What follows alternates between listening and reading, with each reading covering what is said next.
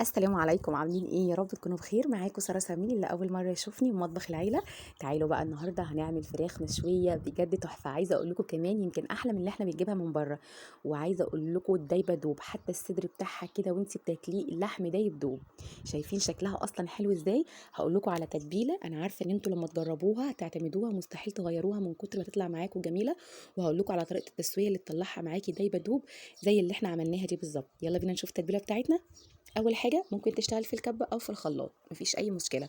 معايا كده نص حبايه من الفلفل الرومي الاحمر، تمام، لازم يكون احمر لانه فيه تسكيره كده، فيه بيبقى فيه نسبه ميه وبيدي طعم حلو جدا.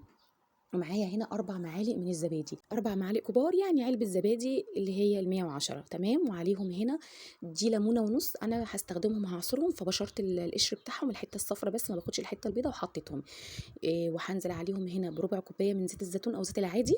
يبقى كده حطينا نص حبايه من الفلفل الاحمر، وحطينا 4 معالق زبادي، وحطينا بشر الليمونه ونص اللي انا هستخدمهم هعصرهم، وحطينا ربع كوبايه من الزيت، ودول ليمونه ونص اللي انا هستخدمهم. انا هعمل فرختين صغيرين. وزن الفرخه بتاعتي كانت كيلو، لو انت هتعملي برده فرخه كيلو ونص هتعملي برده نفس المقادير اللي انا عاملاها، تمام. عصرت عليهم الليمونه ونص. هنيجي بقى للبهارات بتاعتنا. هستخدم معلقه صغيره مليانه من البابريكا، ويا ريت بقى لو بابريكا مدخنه هتبقى حلوه جدا. ولو مش عندك بابريكا مدخنه هتحطي عادي معلقه من البابريكا العاديه، بس هو يفضل في التتبيله دي وهتديك تست حلو البابريكا المدخنه. وهنزل عليهم بمعلقه صغيره مليانه من الكزبره الناشفه. كل المعالق اللي استخدمتها معلقه صغيره. هنزل بمعلقه صغيره مليانه من الملح، نص معلقه صغيره من الفلفل الاسود، ربع معلقه من الجنزبيل الناعم. الحاجات دي ما تستغنوش عنها خالص. ربع معلقه من الحبهان البودر، لو ما عندكيش حبهان بودر هتفتحي 2 فصين كده حبهان وتحطيهم في التتبيله.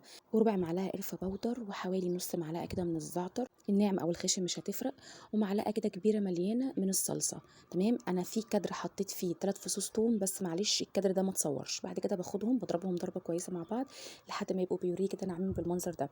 الفراخ طبعا فتحتها من النص واديتها كده نغزات بالسكينه زي ما انتم شايفين، نضفتها كويس جدا. ولازم شرط اساسي تعملي لها قبل ما تحطي عليها التتبيله، تعملي لها محلول نقع، اللي هو عباره عن ميه تكون مغطيه الفراخ، وعليهم معلقتين من الملح ومعلقه من السكر وحوالي ربع كوبايه من الخل.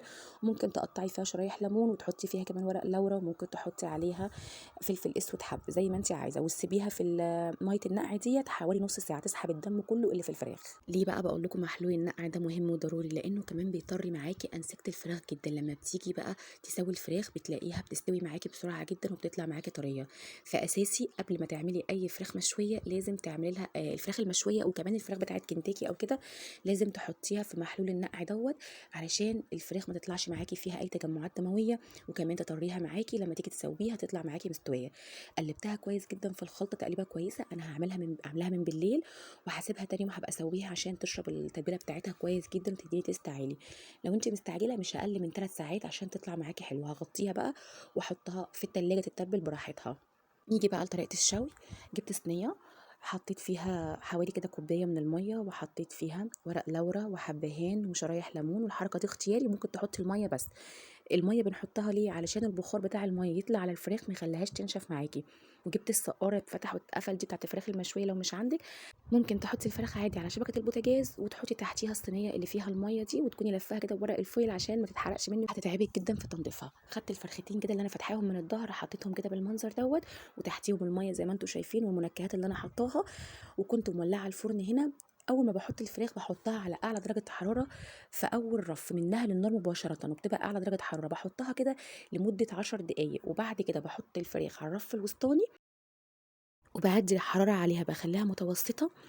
بتاخد معايا حوالي من ساعة لساعة ونص حسب حجم الفراخ وحسب برضو الفرن عندك. ومن كل كده نص ساعة بقلب الفراخ، يعني مرة احطها على الصدر ومرة احطها على الوراك، بس انا اول ما بحطها في الاول على الصدر بتاعها، بخلي الصدر من تحت للنار مباشرة.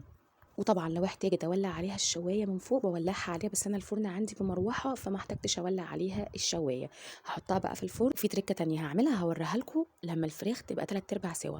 ده خضار معايا هنا، حبايه كده كبيره من الطماطم قطعتها جوليان، ومعايا كده بصلايه قطعتها برده جوليان، وكان معايا حبايه كده من الفلفل الاخضر على نص حبايه من الفلفل الاحمر الرومي، قطعتهم برده جوليان كده بالشكل دوت.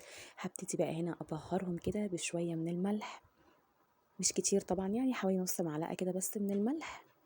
وهنزل عليهم برضو كده بحوالي نص معلقه من الفلفل الاسود، ونص معلقة من الشطة، ودي اختياري، لو انتي بتحبي تاكلي الخلطة ديت وبتحبيها حامية شوية حطي عليها نص معلقة من الشطة، مش حابة الغي خالص موضوع الشطة دوت، وممكن تبدليها بشوية كده من البابريكا. وهحط عليها برضو معلقة كده صغيرة من الكزبرة الناشفة، وهابتدي بقى افرك الخلطه دي كده مع بعضيها كده، ادعكها دعكه حلوه كده مع بعضيها.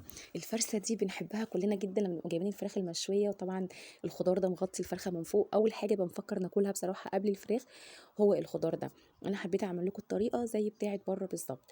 همسك بقى الخضار اقلبه تقليبه كويسه كده مع البهارات، وبعد كده الفراخ بتبقى 3/4 تسويه، يعني الخطوه دي بنعملها في الاخر عشان الخضار ما يتحرقش.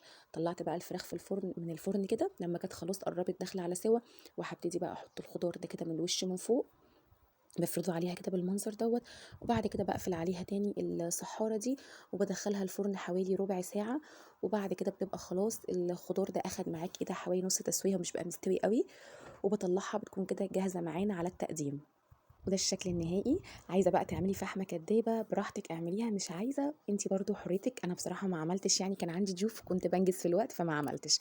بس عايزة اقول لكم بجد احلى فراخ مشوية هتاكلوها، وانا واثقة ان هي ان شاء الله هتعجبكم جدا جدا، والخضار اللي عليها طعمه كان تحفة. عايزة اقول لكم بجد كان عندي اخويا وعجبته جدا وقال لي كأني جايباها من بره.